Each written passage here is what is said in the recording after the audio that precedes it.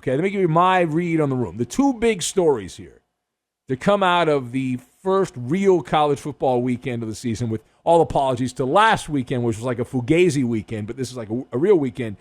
Georgia beating Clemson. That was a top 5 matchup. And then you had that, the big story for a lot of people. The other contender, UCLA upending Louisiana State in the Rose Bowl, as down goes Louisiana State. LSU losing, much to the chagrin of their fan base. So let us discuss. Now, toss-up question. Here it is, toss-up question. More meaningful victory for the beginning of the college football season, Georgia upending Clemson or UCLA surprising LSU? So I'm going to answer this first. I am going to go with the Bruins. I'm going to go with UCLA here. Now, my observations, you've got weight class, snapping turtle, and Madonna. And we will lock all of these things together into an adequate Maller monologue. Now, number one. So while Georgia's win over Clemson gets more attention, it was obviously a superior team. Georgia's got ideas of winning a national championship. So does Clemson. Those got kicked a little bit with that loss. But the victory that will have the biggest impact in this moment, UCLA over LSU at the Rose Bowl. The Bruins have been on milk cartons as a football program. They've been a joke.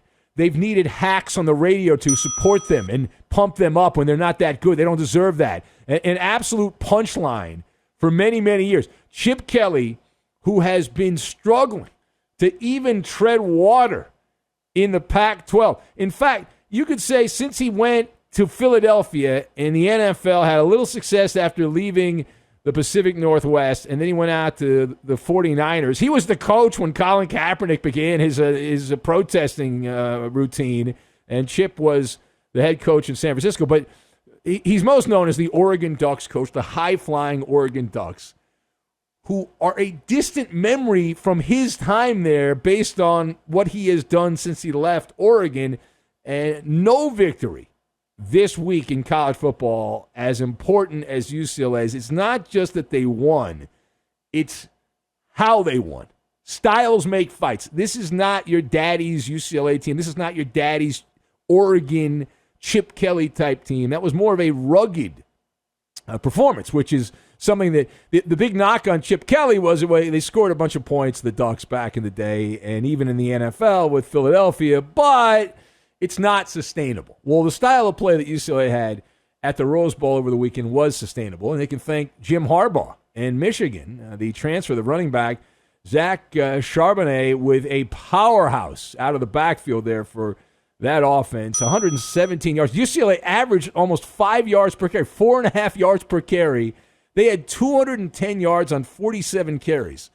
And while LSU had nowhere to run and nowhere to hide, they averaged 2 yards per carry against the UCLA defense. Now, in boxing parlance, UCLA was able to punch out of its own weight class. The Bruins playing physical football, and in the second half, big plays on offense. They wore down the Bayou Tigers as they went down, beating them at their own game, what was supposed to be their own game.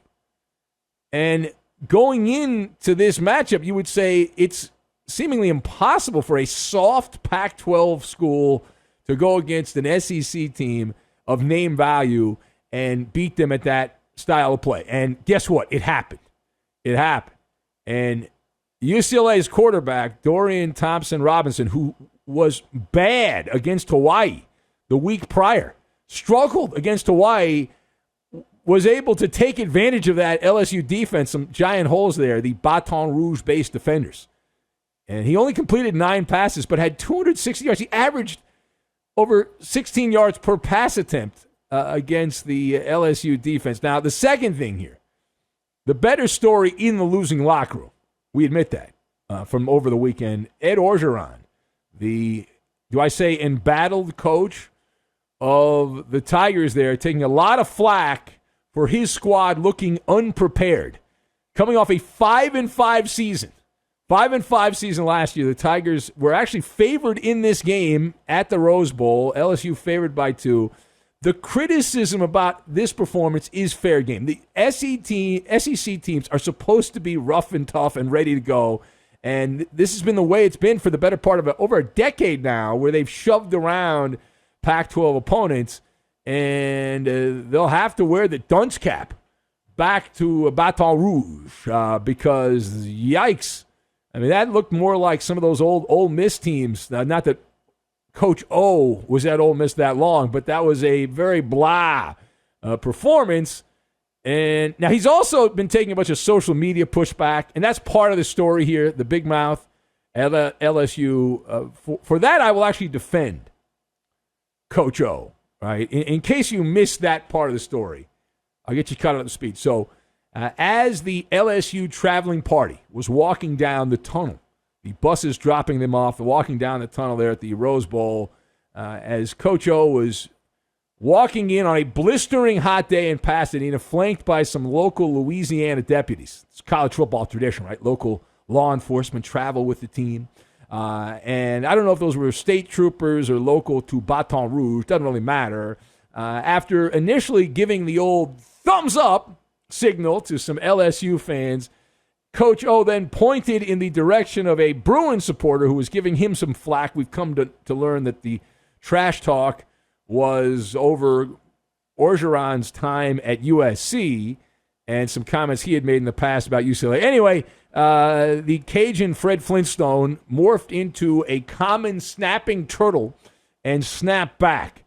And he looked at said Bruin fan and said, "Bring your ass on in your sissy blue shirt." That was the quote.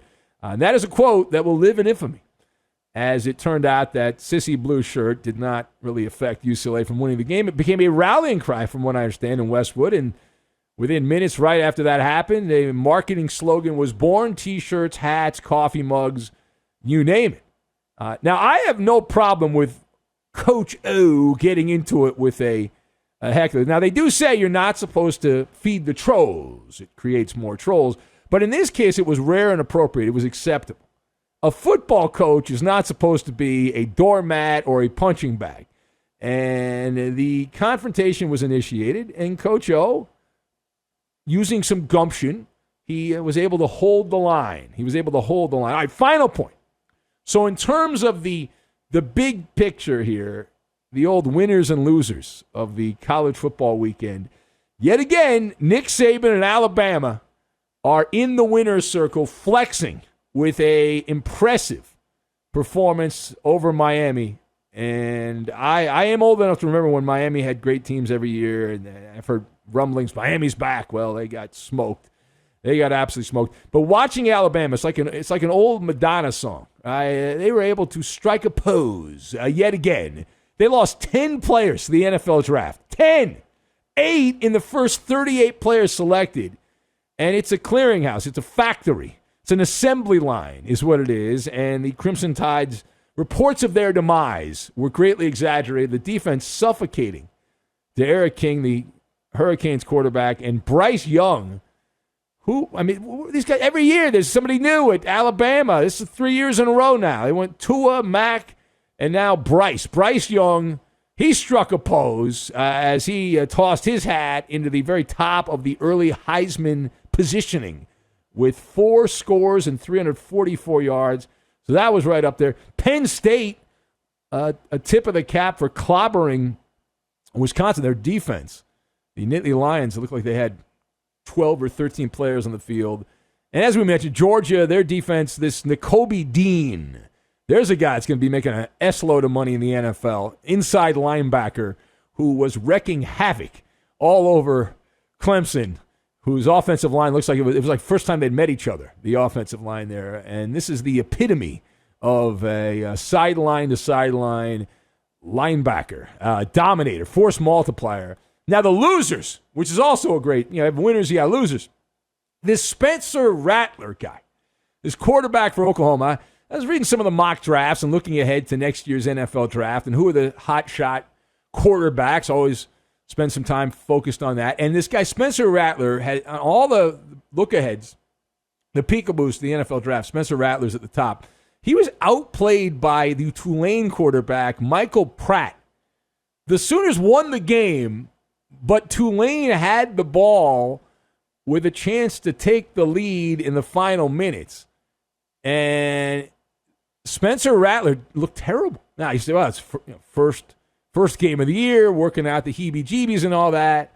The Sooners won that game. They allowed almost 400 yards of offense, and the other quarterback, as I said, this guy Pratt played much better than Rattler. And then the other night, even before the weekend kicked off, North Carolina, Sam Howell, another highly coveted quarterback according to the NFL Draftniks. Who? If you look ahead, Sam Howell.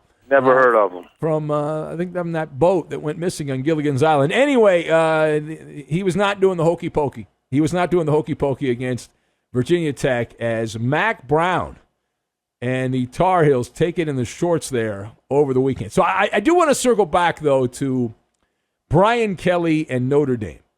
Now, first of all, Notre Dame won the game, as I said earlier, and so this does not rise to a full MALLER monologue, but I got a huge kick out of the overreaction machine being cranked up. Now, if you didn't see the post-mortem on Notre Dame's win, 41-38 was the final there. There was a quote that Brian Kelly gave on the television broadcast. He said, quote, "I'm in favor of execution." He said, maybe our entire team needs to be executed after tonight. In fact, just to give you the audio, here's what it sounded like. Here's Brian Kelly. This is the soundbite that had a bunch of feathers ruffled. Listen close. Withstand Florida State's impressive comeback. Yeah, I'm in favor of execution. Maybe our entire team needs to be executed after tonight. I mean, we just didn't have. Yeah. So our entire team needs to be executed. Now, I guess because I'm the old guy. First of all, that did not raise any alarm bells for me. I thought, okay, he didn't quite get it right, but he was attempting to channel one of the great coaches in NFL history. Well, no, actually, no, check that. One of the great coaches in college football history, one of the worst coaches in NFL history, John McKay. And anyway, so people did not get that was a quote. John McKay was the coach of the Tampa Bay Buccaneers in the early days of the Buccaneers, and they were not only a football team, they were horrible. And John McKay was the old USC coach, and he'd gone to the NFL, and he couldn't get anything right. The team was terrible. And he was nicknamed Dial-A-Quote, John McKay, because he had all these zingers. And one of his most famous quotes was when he was asked the question, "What do you think of your team's execution, coach?" And McKay replied, "I'm in favor of it." And that was what Brian Kelly was going for. And, of course, the way it works in 2021, it's been so long. John McKay was a product of the 70s and the 80s, right? So it's been so long.